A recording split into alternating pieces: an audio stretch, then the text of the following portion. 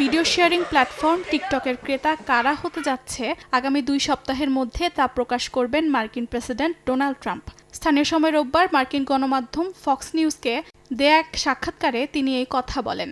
জানান টিকটক বিক্রির জন্য অত্যন্ত ধনী ব্যক্তিদের একটি ক্রেতা গোষ্ঠী খুঁজে পেয়েছেন তিনি।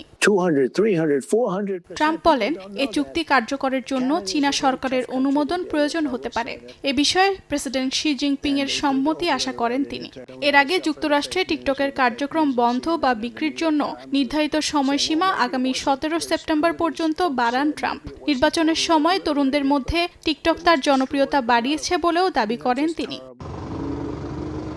2024 সালের এক মার্কিন আইনে বলা হয়, বাইটড্যান্স যদি জানুয়ারির 19 তারিখের মধ্যে টিকটকের মার্কিন সম্পদ বিক্রির প্রক্রিয়ায় উল্লেখযোগ্য অগ্রগতি না দেখাতে পারে তবে অ্যাপটি বন্ধ করে দিতে হবে। যদিও ট্রাম্প এই সময়সীমা এরই মধ্যে 3 বার বাড়িয়েছেন।